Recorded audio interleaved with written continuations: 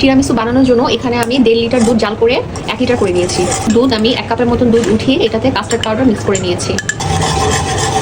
Coffee দিব, কিছু melted chocolate, condense milk. এই তো ঘন হয়ে এসেছে। এখন চুলাটা বন্ধ করে দিব আর নেড়ে চেড়ে এটাকে ঠান্ডা করে নেব। টিরামিসুর জন্য এখানে আমি 1.5 কাপ ক্রিম নিয়ে নিয়েছি, হুইপড ক্রিম। এখন ক্রিমটাকে আমরা বিট করবো আর এটা অবশ্যই ঠান্ডা হতে হবে। এখন আমি হুইপড ক্রিমের মধ্যে অ্যাড করব ক্রিম চিজ দিয়ে আবার বিট করব সেই চকলেটের মিক্সারটা। এই তো রেডি। এখন টিরামিসুটা অ্যাসেম্বল করব। তার জন্য আমি এখানে মেরি বিস্কিট নিয়ে নিয়েছি, শুধু পানিতে কফিটা গোলানো। কফিতে ডিপ করে তারপরে বাটিতে দিয়ে দিব।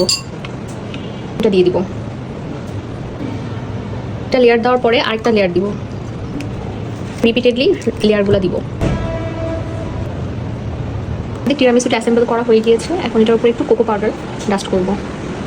এই তো তৈরি হয়ে গেল আমাদের টিরামিসু। এখন আমরা এটা ফ্রিজে রেখে দেবো সেট হওয়ার জন্য।